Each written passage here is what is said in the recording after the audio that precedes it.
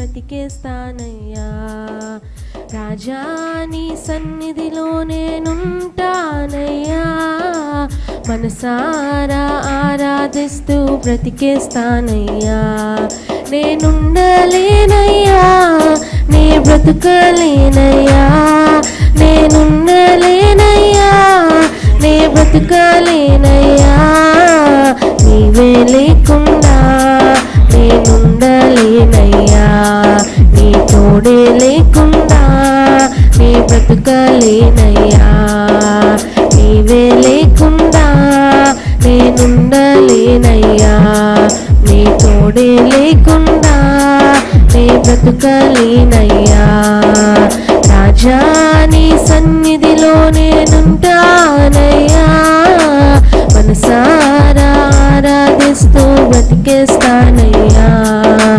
రాజా నీ సన్నిధిలో నేనుంటానయ్యా, మనసారా ఆరాధిస్తూ బ్రతికేస్తానయ్యా.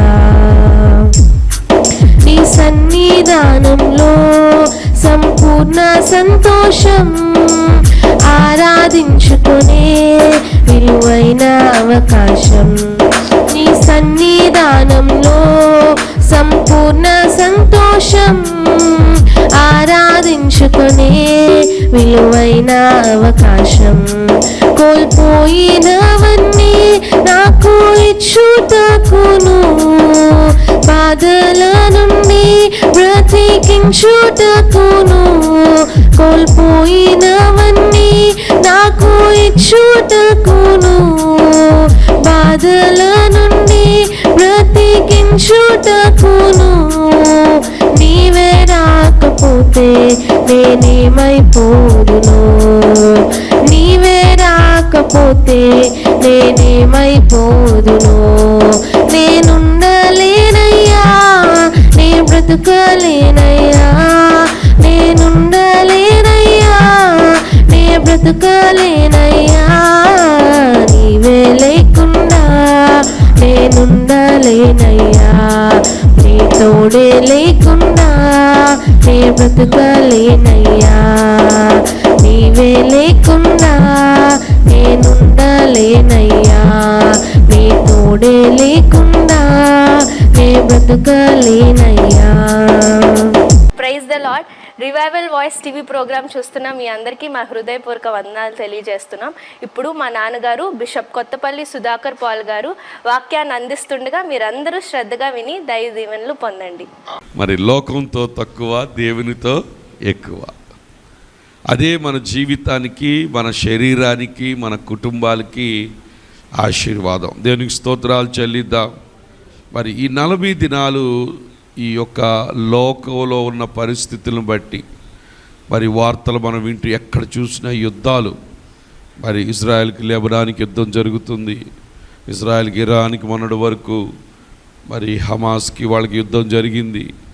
మరి ఇప్పుడు లెబనాన్ జరుగుతుంది, వాళ్ళు ఎమర్జెన్సీ ప్రకటించారు మరి ఇజ్రాయెల్ దేశంలో. అట్లాగే రష్యాకి ఉక్రెయిన్ యుద్ధాలు జరుగుతున్నాయి. ఇవన్నీ కూడా మీరు చూసినప్పుడు మీకు అర్థమైంది ఏంటంటే ప్రభు త్వరగా రాబోతున్నారు. ప్రభు చెప్పారు, యుద్ధ సమాచారాల గురించి మీరు వింటారు, కరువుల గురించి మీరు వింటారు. మరి అంత్యకాలంలో దేవుని పట్ల ప్రేమ తగ్గిపోద్ది, మరి విశ్వాసం చల్లారిపోద్ది, ప్రేమ చల్లారిపోద్ది, విశ్వాసం కనపడదు. కంటి మీద చూచే దాని మీద ఆధారపడి బ్రతికే వాళ్ళు ఎక్కువైపోతారు. కాబట్టి మనం దేవుని బిడలమైన మనం మరి ఈ లోక పరిస్థితులను బట్టి మనం తక్కువగా ఉండి ఆత్మీయ స్థితిలో మరి ఆత్మ సంబంధమైన కార్యాల్లో మనం ఎక్కువగా దేవుని సందులో ఉండాలని ఒక ఉద్దేశం. చూడండి, ఈరోజు మన ధ్యానాంశము చూద్దాం. ఇర్మియా గ్రంథం 33:3 చదువుదాం. పరిశుద్ధ గ్రంథం ఉన్న వారందరూ కూడా తెరవండి. ఇర్మియా గ్రంథం 33 అధ్యాయం. బైబిల్ తెరవాలి అందరూ కూడా. పరిశుద్ధ గ్రంథం. ఈ కళ్ళతో దేవుని వాక్యం చూడటం ఎంతో మంచిది, చెవుల ద్వారా ఈ వాక్యం వినడం ఎంతో మంచిది. ఈ ఉదయంలో ఏయో పిచ్చి వార్తలు వినే కన్నా ప్రభు వార్త వినడం మనకి ఎంతో సంతోషకరం, ఆరోగ్యకరం, మన జీవితాలకు ఎంతో దీవెనకరమని ప్రభు పేట నేను తెలియపరుస్తున్నాం. ఉదయం ఏదో చూసేదానికన్నా ఈ ఉదయకాలంలో దేవుని వాక్యం చూడడం మరి చాలామంది అంటారు ఈ వాక్య భాగము ప్రభువారి యొక్క ఫోన్ నెంబర్ అంటారు అందరూ. 33:3 చూడండి. నాకు మొర్ర పెట్టుము, నాకు మొర్ర పెట్టుము, నేను నీకు ఉత్తరం ఇచ్చేదును. అది దేవునికి స్తోత్రాలు చెల్లిద్దాం. ఈ ఉదయకాలం ఎంతమంది ఈ మాటను నమ్మి మరి ఈ ఉదయకాల సమయంలో ప్రభు దగ్గరికి నేను వస్తున్నాను, ఖచ్చితంగా నా ప్రార్థనలకి జవాబు వస్తుంది, దానికి ఆధారం ఈ మాట అన్నవాళ్ళు దేవునికి స్తోత్రాలు చెప్పండి. హల్లెలూయా. ఆకాశము భూమి గతించినా గతించిపోవచ్చు అంట, కానీ ఆయన మాటల్లో ఒక సున్నైనను ఒక పొల్లైనను ఎవ్వరు కూడా తీయలేరు. ఆయన మాట అవునంటే అవును, కాదంటే కాదు. ఆకాశం నుంచి మంచు ఏ విధంగా భూమి మీద పడి విత్తిన విత్తనాన్ని ఫలింపజేస్తుందో, నా నోట నుండి బయలు వెళ్ళిన మాట, నా నోట నుంచి వచ్చిన మాట నేను చెప్పినది నెరవేర్చకుండా, అంటే ప్రభు చెప్పినది నెరవేర్చకుండా అదంట తిరిగి వెనక్కి రాదంట. దేవునికి స్తోత్రాలు చెల్లిద్దాం. అందుకే ఇక్కడ ప్రభు చెప్తున్నాడు, నాకు మొర్ర పెట్టండి, నేను మీకు ఏం చేస్తాను. ఈ 40 దినాలు ప్రభు దగ్గర బ్రతిలాడుకుంటాం. యేసు ప్రభు వారి లోకంలో ఉన్నప్పుడు నిన్న మనం చూసాం ఆదివారం, ఆయన కన్నీళ్లతో మహారోదనతో తన్ను మరణము నుంచి తప్పించగలిగిన వారికి ప్రార్థనలు యాచనలు భయభక్తులుగా ఉండి బ్రతిమలాడుకోవడం వల్ల దేవుని సన్నిధిలో ఆయన ఏమంటే అంగీకరించబడ్డాడు. అట్లాగే మనం కూడా ప్రభు సన్నిధిలో ఆయనకు మొర్ర పెడదాం. ప్రభువా, ఇదిగో నీ సన్నిధికి వచ్చానయ్యా, అయ్యా నా ప్రార్థన, మీ యొక్క ప్రేయర్ రిక్వెస్ట్, నా యొక్క సలహా ఏమిటంటే ఒక పేపర్ మీద రాసి తెచ్చుకోండి, ఆ పేపర్ బైబిల్లో పెట్టుకోండి, రోజు ఆ పేపర్ మీద చేయి పెట్టి, అయ్యా ఈ కార్యాలు మీరు జరిగించాలి, నా బిడ్డలు నువ్వు మార్చాలయ్యా, ఇదిగో నా కుటుంబంలో ఈ కార్యం జరిగించాలి, మాకు ఈ ఆశ ఉంది నాయన, ఇది నెరవేర్చాలి నాయన అని చెప్పి రోజు కూడా ప్రభు దగ్గర మనం మొర్ర పెడితే, నాకు మొర్ర పెట్టండి నేను మీకేమిస్తానంటున్నాడు, ఉత్తరం. అంటే దేవునికి మొర్ర పెట్టిన ప్రతి ప్రార్థన నిజముగా మొర్ర పెట్టేవారికి ఎలాగుండాలి, ఈ ప్రార్థన ఎలాగుండాలి, నిజముగా మొర్ర పెట్టేవారికి ఎలాగంట సమీపంగా ఉంటారంట. అంతేగాని ఏదో ఒక ఆచారంగా ఏదో వెళ్తున్నాంలే, వెళ్ళకపోతే పాస్టర్ గారు లేకపోతే సంఘస్థులు ఏమనుకుంటారో, కాదు, దాని గురించి కాదు. నిజంగా మొర్ర పెట్టడానికి ఆశ గల ప్రాణాన్ని దేవుడు ఏం చేస్తాడంట, తృప్తిపరుస్తాడు. నీతిమంతులు ఆశించింది వాళ్ళకి ఏమవుతుందంట, దొరుకుద్ది. ఎక్కడ దొరుకుద్ది? దేవుని దగ్గరే దొరుకుద్ది, దేవుని సన్నిధిలోనే దొరుకుద్ది, ప్రభు పాదాల దగ్గరే దొరుకుద్ది. అందుకే ఆయన అన్నాడు, వెతకండి మీకు దొరుకుతుంది, తట్టండి మీకు తీయబడను. వెతికితే దొరికే దేవుడు, తడితే తీసే దేవుడు, పిలిస్తే పలికే దేవుడు. దేవునికి స్తోత్రాలు చెల్లిద్దాం. అందుకే అంటున్నాడు, ఏమో తెలుసా, నాకు మొర్ర పెట్టండి నేను మీకు ఉత్తరం. నీవు గ్రహింపలేని, చూసారా, నీవు గ్రహింపలేని గొప్ప సంగతులు, దేవునికి స్తోత్రాలు చెల్లిద్దాం. నీవు గ్రహింపలేని గొప్ప సంగతులు, గూఢమైన సంగతులు నీకు తెలియజేతును. దేవునికి స్తోత్రాలు చెల్లిద్దాం. హల్లెలూయా. అయ్యా ఇదిగో నా కుటుంబ పరిస్థితి ఏంటయ్యా, నా బిడ్డల పరిస్థితి ఏంటయ్యా, అసలు నాకు అర్థం కావట్లేదయ్యా, అసలు వీరి భవిష్యత్తు ఏమవుతుందయ్యా, నా భవిష్యత్తు ఎలాగుంటుందయ్యా, ఇదిగో నాకు ఎలాంటి పరిస్థితి అని ఒకవేళ మనం కంగారులో, కన్ఫ్యూజన్లో, లేకపోతే భయములో, ఆందోళనలో ఉంటే దానికి మార్గం ఏంటో తెలుసా, దేవుని దగ్గర మొర్ర పెట్టడమే. దేవునికి స్తోత్రాలు చెల్లిద్దాం. మిమ్మల్ని మీరు ఒక వ్రత దినముగా పెట్టుకోండి, మిమ్మల్ని మీరు ప్రతిష్ఠించుకోండి. ప్రభు నన్ను ప్రతిష్ఠించుకుంటున్నాను, నీ సన్నిధిలో నేను ఈ లోకంలో తక్కువ కనపడతాను, దేవునిలో ఎక్కువ కనపడతాను. ఉదయకాలం కనపడతాను, 11ంటికి వచ్చిన ఆయన నేను ఎక్కడో ఏడవటం కాదయ్యా, నీ మందిరంలో నా కన్నీరు కార్చినట్లుగా నేను నీ దగ్గరే మొర్ర పెట్టుకుంటాను. నేను మనుషులకి చెప్తే నా మాట వినరయ్యా, పిల్లలకి చెప్తే నా మాట లెక్క చేయరయ్యా, వాళ్ళ బుద్ధులు నేను మార్చలేనయ్యా, వారి హృదయాలు నేను మార్చలేనయ్యా, వారి పద్ధతులు నేను మార్చలేనయ్యా, కానీ మార్చగలిగిన దేవుని పాదాలు పట్టుకొని, ఇదిగో ఈ ఇర్మియా 33 ప్రకారంగా గ్రహింపలేని కార్యాలు కొరకు ఎదురు చూడటానికి వచ్చానయ్యా. గూఢమైన సంగతుల కొరకు నీ దగ్గరకు వచ్చానయ్యా. నువ్వు తప్ప దిక్కు నాకు లేదు. కొండల తట్టు చూచిన నాకు సహాయము ఎక్కడి నుంచి రాదు నాయన, నీ దగ్గర నుంచే వస్తుంది. మీరే భూమి ఆకాశములు సృజించిన దేవుడవని ప్రభు పాదాలు పట్టుకునే అనుభవం రావాలి. మనుషుల పాదాలు కాదు. ఉద్యోగం లేదా, ప్రభు పాదాలు పట్టుకో. ఖాళీగా ఉన్నాం కదా, ఎందుకు సమయం వ్యర్థపరచడం? మళ్ళీ 11ంటికి వచ్చి 3 వరకు అయ్యా నీ కార్యం జరిగించు ప్రభువా. నువ్వు కార్యాలు చేసే దేవుడివి, నువ్వు తప్ప నాకెవ్వరు లేరు నాయన. ఇదిగో నేను మనుషుల్ని ఆశ్రయించట్లా, శరీరం ఆధారంగా చేసుకోవట్లేదయ్యా. నేను నీ వైపే చూస్తున్నాను. ఇదిగో నేను నీ వైపే చూస్తున్నాను. నేను నీ తట్టు తిరిగితే నువ్వు నా తట్టు తిరుగుతానన్నావు. నిన్ను ఆశ్రయంగా చేసుకున్న వారికి ఆశ్రయంగా ఉంటానన్నావు. ఇదిగో ఈ విషయంలో నిన్నే నేను ఆశ్రయంగా చేసుకున్నాను. నువ్వే నా కోట, నువ్వే నా శైలు. అందుకే దావీదు అన్నాడు తెలుసా, నా బలమా, నా కోట, నా శైలమా, నా దుర్గమా అన్నాడే. కానీ ఆయన బలం కానీ ఆయన శక్తి తెలుసు దావీదుకి సీక్రెట్. నేను ఆ రోజు ఆ సింహాన్ని కొట్టానన్నా, గొల్యాతును చంపానన్నా, ఎలుకబంటుని నోట్లోంచి గొర్రె పిల్లలు రక్షించానన్నా, ఈరోజు ఇన్ని యుద్ధాలు ఇలాగ సౌలు మహారాజును తప్పించబడుతున్నా, ఇది నా బలం కాదు. ఎవరి బలం? దేవుని బలం. దేవునికి స్తోత్రాలు చెల్లిద్దాం. హల్లెలూయా. దేవుని బలం ఎక్కడ దొరుకుద్ది? దేవుని సన్నిధిలో దొరుకుద్ది. అందుకే ఆయన పాదాల దగ్గర మనం కూర్చోవాలి. అందుకే ఆయన అంటాడు, నాకు మొర్ర పెట్టండి, నేను మీకు ఉత్తరం ఇస్తాను. నేను మాట తప్పేవాడిని కాదు, నేను మాట తప్పటానికి నరుణ్ణి కానే కాదు. నా మాట అవునంటే అవును, కాదంటే కాదు. నేను ఒక మాట ఇచ్చానా ఖచ్చితంగా. నువ్వు నాకు మొర్ర పెట్టావా ఖచ్చితంగా జవాబు తీసుకునే నువ్వు వెళతావు. ఎలాంటి జవాబు తెలుసా?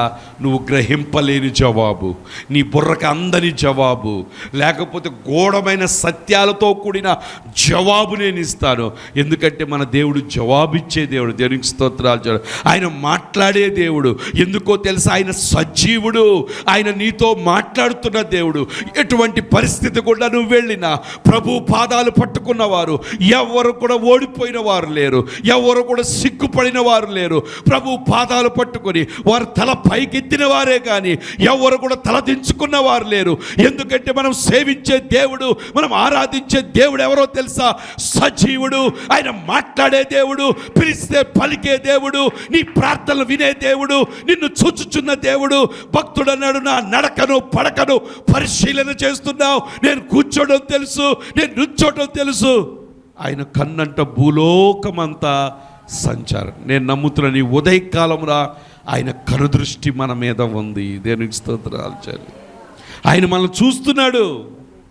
ఆయన సన్నిధిలో ఎటువంటి తృష్టితో నువ్వు ఉన్నావో, ఎటువంటి ఆసక్తితో ఆయన పని నువ్వు పనిచేస్తున్నావో, ఎటువంటి భావనతో ప్రభు సన్నిధికి నువ్వు వస్తున్నావో ఆయన చూస్తూ ఉన్నాడు.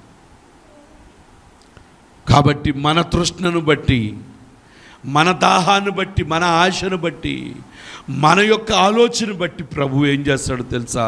పనిచేస్తూ ఉంటాడు. దేవునికి స్తోత్రాలు చెల్లిద్దాం. అయ్యో ప్రభు సన్నిధి, ప్రభు సన్నిధి.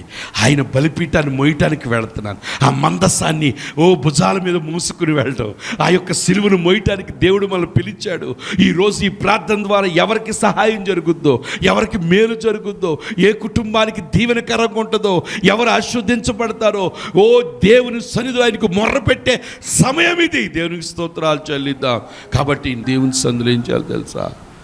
ఆయనకు మొర్ర పెట్టే అనుభవంలో మనం ఉండాలి. దేవునికి స్తోత్రాలు చేయాలి. ఎవరికి చాడు ప్రభుకే చెప్దాం. నీ పరిస్థితి అంతా ప్రభుకే చెప్పు, ప్రభుకే చెప్పు. ప్రభువా నువ్వే చేయాలి, నువ్వే చేయాలి. ఆ ఎబ్బేకు రేవు దగ్గర యాకోబు పెనిగిలాడినట్లుగా మరణ శాసనం వచ్చినప్పటికి కూడా ప్రభు దగ్గర ప్రార్థించటం మానలేదు దానియేలు. దేవునికి స్తోత్రాలు చెల్లిద్దాం. సింహాలు బోన్లో పడిపోతారని తెలిసినా ప్రభు దగ్గరికి వెళ్ళటం ఆగిపోయాడా? ఎన్ని పరిస్థితులు వచ్చినా ఒక్కరోజు కూడా నేను మిస్ అవ్వనని ప్రభు దగ్గరికి మనం పరిగెట్టుకుంటా రావాలి. దేవునికి స్తోత్రాలు చెల్లిద్దాం. హల్లెలూయా. ఇర్మియా గ్రంథం 29:12 చూడండి. మీరు నాకు మొర్రపెట్టుదురే, ఈ మాట మీరు అసలు బుర్రకెక్కించుకోండి. మీరు నాకు మొర్రపెట్టుదురే అని, మీరు నాకు ప్రార్థన చేయుచు వత్తురేని, నేను మీ మనవి ఆలకింతును. చూసారా? దేవుడు ఏంటి తెలుసా? మీరు నాకు మొర్ర పెడతారేమోనని. మీరు నాకు ప్రార్థన చేయ ఒత్తురేనని, ప్రార్థన చేయుచు ఒత్తురని నేను మీ మనవి ఆలకింతును. ఎంతకన్నా మంచి వాగ్దానం ఉంటుందా?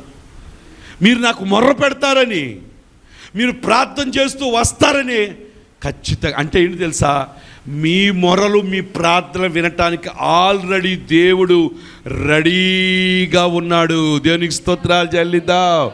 5 గంటలకి నువ్వు ప్రారంభించక ముందే ఎవరున్నారో తెలుసా ఇక్కడ రెడీగా? ఎవరున్నారు చెప్పండి? నేను అనుకుంటారు ప్రభు దూతల సమూహంతో ఆయన ఇక్కడ నిండిపోయి కూర్చుని ఉన్నారు. దేవునికి స్తోత్రాలు చెల్లిద్దాం.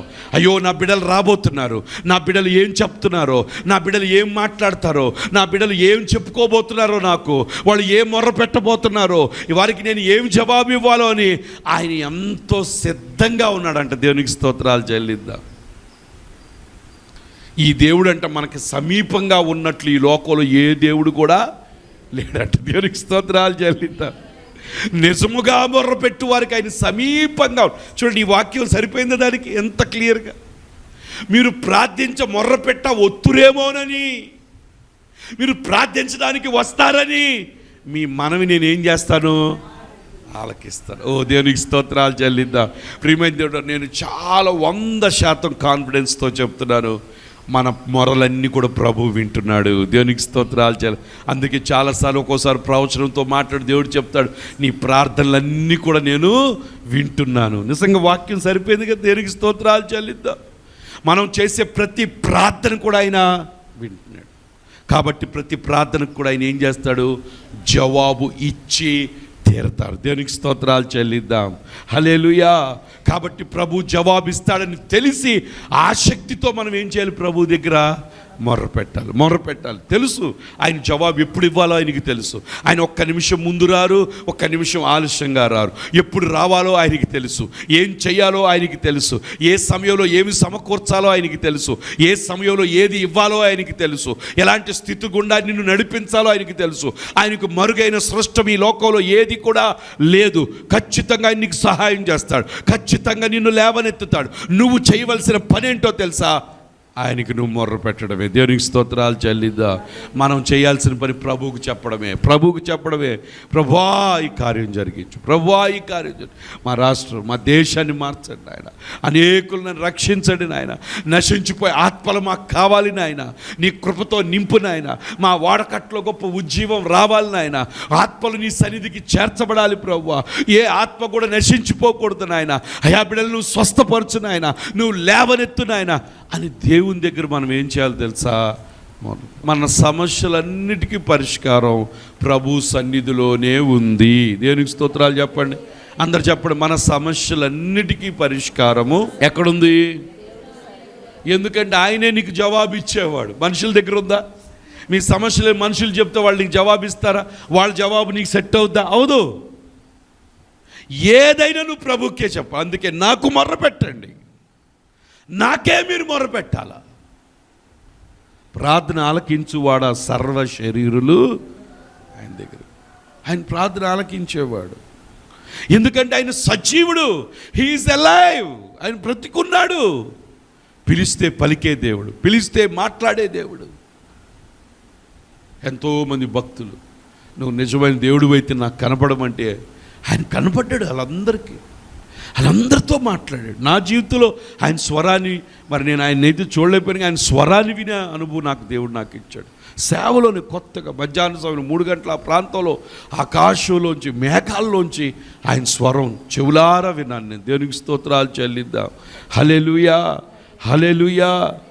కాబట్టి ప్రియమైన దేవుని బిడ్డలారా, దేవుని సన్నిధిలో మనల్ని మనం ఒక ప్రతిష్ఠించుకొని, కాన్సక్రేట్ చేసుకొని, పరిశుద్ధపరచుకొని దేవుని సన్నిధిలో మనం మొర్ర పెట్టాలి. దేవునికి స్తోత్రాలు చెల్లిద్దాం. హల్లెలూయా. అలా మొర్ర పెట్టినప్పుడు జవాబు వస్తుందా రాదంటారా? ఖచ్చితంగా జవాబు వస్తుంది. ఖచ్చితంగా మీరు వస్తారేమో ఆయన రెడీగా ఉన్నాడు. ఆ జవాబు ఇవ్వటానికి కూడా ఆయన రెడీగా ఉన్నాడు. దేవునికి స్తోత్రాలు చెల్లిద్దాం. హల్లెలూయా. కాబట్టి మన దేవుడు మనకు జవాబు ఇచ్చేవాడు, మన దేవుడు మనకు సహాయం చేసేవాడు. చూడండి, యెషయా గ్రంథం 65:24 కూడా చూద్దాం. వారికి ఇలాగున జరుగును, వారు వేడుకొనక మునుపు. చూసారా అంత మంచి మాటలు ఈ ఉదయకాలం మీ చెవును పడుతున్నాయి. చూసారా, వారు వేడుకొనక మునిపే నేను ఉత్తరం ఇచ్చేదను, వారు మనవి చేయుచుండగా నేను ఆలకించేదను. దేవునికి స్తోత్రం. ఈ మూడు రాసుకోండి. ఈ మూడు అంశాలు, ఈ మూడు వాక్యాలతోనే ప్రార్థిద్దాం. ఈ మూడు రిఫరెన్సులు రాసుకుని ఈ మూడు వాక్యాలు ఎత్తి పడదాం. ప్రభువా, వేడుకో మనకి ఉత్తరం ఇస్తానన్నావు, మాకు ఉత్తరం దయచే నాయన. భక్తుడు చెప్తాడు, నా నోటిలోంచి మాట రాకముందే నీకది తెలిసి ఉన్నదని చెప్పి దావీదు చెప్తున్నట్లుగా మనం ఏంటో తెలుసా, అంటే నువ్వు సమస్య తీసుకుని ప్రభువు ముందుకు రాకముందే ఆల్రెడీ అక్కడ ఏముంది, జవాబు ఉంది. ఆ జవాబును నువ్వు చూడటానికి ఏం చేయాలి, ప్రభు పాదాల దగ్గర కూర్చోవాలి. ప్రభు పాదాల దగ్గర కూర్చున్నప్పుడు నీ కళ్ళు తెరవబడతాయి, నీ హృదయం తెరవబడుద్ది, నీ చెవులు తెరవబడతాయి. ఆత్మీయ నేత్రాలతో వాటి జవాబును చూస్తావు. నీలో విశ్వాసం పెరుగుద్ది, నీలో నమ్మకం పెరుగుద్ది. ఖచ్చితంగా దాని యొక్క జవాబును మనం చూడగలుగుతాం. హగరు మామూలు సొంత ప్రయత్నాలతో ప్రయత్నిస్తే చూడగలిగిందా నీటి బొగ్గను? ఎప్పుడైతే దేవుని సన్నిధి, దేవుని స్వరాన్ని విందో, ఎప్పుడైతే ఆయన కళ్ళు తెరవబడ్డాయో వెంటనే నీటి బొడ్డు ఎక్కడో కాదు పక్కనే చూసింది. దేనికి స్తోత్రాలు చెల్లిద్దాం. అట్లాగే దేవుని నువ్వు వేడుకోక మునిపే నేను నీకు ఉత్తరం ఇస్తాను అంటే ప్రభు మన ప్రతి ప్రార్థనకి జవాబుతో రెడీగా ఉన్నారు. మనం చేయాల్సిన పని ఏంటో తెలుసా, మొర్ర పెట్టాలి, ప్రభు దగ్గర అడగాలి, సమయాన్ని గడపాలి. అది మేనిఫెస్టేషన్ అయ్యే వరకు, కళ్ళ ముందు కనబడే అంత వరకు నువ్వేం చేయాలో తెలుసా, నువ్వు మొర్ర పెడతా ఉన్నప్పుడు అది కళ్ళ ముందు కనపడిన తర్వాత దాని గురించి ప్రార్థించాల్సిన అవసరము లేదు. దేవునికి స్తోత్రాలు చెల్లిద్దాం. కాబట్టి దేవుని దగ్గర మొర్ర పెడదాం, దేవుని పాదాల దగ్గర మొర్ర పెడదాం. దేవుని తప్ప మనకి ఎవ్వరూ లేరు. ఈ ఉదయకాలం ప్రభు వైపే చూద్దాం. ప్రభువా, ఇర్మియా 33:3 చెప్పావు కదా, నాకు మొర్ర పెట్టుము, నేను నీకు ఉత్తరం ఇస్తాను. ఇదిగో గ్రహింపలేని కార్యములు, గూఢమైన సత్యములు నేను నీకు బోధిస్తానన్నారు. గ్రహింపలేని కార్యాలు చూచే కళ్ళుగా మన కళ్ళు మారును గాక. గ్రహింపలేని కార్యాలు అర్థం చేసుకునే మనస్సుగా మన మనస్సు మారును గాక. గ్రహింపలేని కార్యాలు చెవులకి వినబడును గాక నాయన. ఓ గూఢమైన సత్యాలు చూచే, గూఢమైన సత్యాలలో నడిచే అనుభవంలోకి మేమందరం నడిపించబడును గాక నాయన. అటువంటి కృప మా అందరి మీదకి వచ్చును గాక. ఈ ఉదయకాలంలో ఈ లైవ్లో చూస్తున్న ప్రతి బిడ్డ, అలాగే ఈ కార్యక్రమాన్ని చూస్తున్న ప్రతి బిడ్డ జీవితంలో గ్రహింపలేని కార్యాలు నాయన. అయ్యా, మేము గ్రహింపలేకపోయినా పర్వాలేదు, మీ కార్యాల కొరకు ఆశ కలుగున్నాం. ఇది ఎలా స్వస్థపడుద్దో మాకు తెలియదు, కానీ నువ్వు స్వస్థపరచగలవు. ఈ ఆర్థిక ఇబ్బందుల్లోంచి ఎలా బయటకు వస్తామో తెలియదు, కానీ నువ్వు బయటికి తీసుకురాగలవు. వివాహం ఎలా చేస్తావో తెలియదు, సంబంధాలు ఎక్కడి నుంచి తెస్తావో తెలియదు నాయన. మేము గ్రహింపలేకపోయినా పర్వాలేదు, కానీ గ్రహింపలేని కార్యాలు చేయగలిగిన దేవుడవు. ఇదిగో నీ పాదాల దగ్గరకు వస్తున్నావు. ఉద్యోగం ఎక్కడి నుంచి వచ్చుద్దో తెలియదు, ఎక్కడిస్తావో తెలియదు, అయినా పర్వాలేదు నాయనా, మేము నీ వైపే చూస్తున్నాం. ఈ ఉదయకాలంలో నాయన, దాసుడు తన యజమాని చేతి తట్టు చూచినట్లుగా నీ కృపా సింహాసనం వైపు మేము చూస్తున్నాం. అందరు కూడా కళ్ళు మూసుకుందాం, అందరూ కూడా ప్రభు వైపు చూద్దాం. నీ కృపా సింహాసనం వైపు చూస్తున్నాం. ఓ రబా శబద రబా సీకరబా. నానా నువ్వు తప్ప మాకు దిక్కెవరు లేరు నాన్న. ఈ ఉదయంలో ప్రభు ఖాళీ పాత్రలుగా, ఏ ఆధారము లేని వారిగా నీ దగ్గర నిన్నే ఆధారం చేసుకుని వచ్చావయ్యా. మమ్మల్ని బలపరచయ్యా. ఒక ప్రత్యేకమైన కృపతో బిడ్డలు తాకునాయనా. ఈ ఉదయకాలంలో వచ్చిన ప్రతి బిడ్డను ఒక ప్రత్యేకమైన కృపతో నువ్వు తాకునాయనా. ఓ రబా శబద రబా సిక్కరబా. ఓ రిబాకర నోరు తెరవండి. ఎవరు మౌనంగా ఉండవద్దు. అలాగే లైవ్లో చూస్తున్న బిడ్డలు కూడా నోరు తెరవండి. ఈ ఉదయ కాలంలో కన్నీరు కారుద్దాం. ఇప్పుడైనను ఉపవాసం ఉండి మనఃపూర్వకంగా తిరిగి రమ్మంటున్నాడు ఆయన. కన్నీరు విడిచు వ్రత దినం ఏర్పాటు చేసుకోండి, ఉపవాస దినాన్ని ఏర్పాటు చేసుకోమని ప్రభు సెలవిస్తూ ఉన్నారు. ఈ ఉదయ కాలంలో ప్రభు సన్నిధిలో అడుగుదాం. అయ్యా, నన్ను బలపరచయ్యా, నా కుటుంబాన్ని బలపరచయ్యా, నా సంఘాన్ని బలపరచయ్యా, నా సేవకుల్ని బలపరచు నాయనా, ఈ ప్రాంతాన్ని బలపరచు. ఈ ప్రాంతంలో నశించిపోతున్న ఆత్మలను మీరు మాకు దయచేయండి. ఈ పట్టణంలో నశించిపోతున్న ఆత్మలు మాకు దయచేయండి. ఈ దేశంలో నాయనా, ఓ నీ దేశముగా మార్చండి. అనేకులు తెలుసుకునే కృప దయచేయండి. ఈ ఉదయ కాలంలో నాయనా, ఓ ఇదిగో ఈ దేశాన్ని మీ చేతిలోకి తీసుకొస్తున్నారు. ఈ దేశమును పాడు చేయకుండానట్లు, ప్రాకారములు తిట్టపరచుటకు బద్దలైన సందుల్లో నిలవదగిన వాడు ఎవడని ఎంత విచారించినను ఒక్కడ కూడా కనబడలేదంటున్నావు. ఈ ఉదయకాలం ఇదిగో నాయనా, ఒక చిన్న సమూహంగా మేము కనబడుతూ ఉన్నాం. ఆ రోడ్డు పక్కన ఉన్న భర్తపై దావీదు కుమారుడా కరుణించని అరవకపోతే ఆ స్వస్థత వచ్చేది కాదు. ఈ సమయం మౌనంగా ఉండే సమయం కాదు. ఈ సమయం దేవుని దగ్గర కేకలు వేసే సమయం. ఓ కేకలు వేసి ఎరుకో కోటగోళ్ళ కూల్చినట్లుగా, ఓ నీ కేకలు సాతానుగాడి యొక్క కట్లు తెంచుతుంది. నీ ఉపవాసం దుర్మార్గులు కట్టిన కట్లను, కాడిమాను మేకులను, బంధింపబడిన వారిని విడిపించుటకు అరుపులు వినపడతాయి. అరుపులు ఉపయోగపడతాయి. ప్రభు దగ్గర కన్నీరుగా అరువయ్యా, యేసయ్యా నువ్వు తప్ప నాకెవరు లేరయ్యా. యేసునామములో ఈ ఉదయ కాలంలో ఒక ప్రత్యేకమైన కృపతో బిడ్డలు నింపండి. ఒక నూతన విశ్వాసంతో నింపండి. కృప వెంబడి కృపతో నడిపించండి నాయన. నూతన అభిషేకంతో నింపండి నాయన. వారి పరిస్థితులు జయించగలిగిన విశ్వాసం, జయించగలిగిన అభిషేకం దయచేయండి నాయన.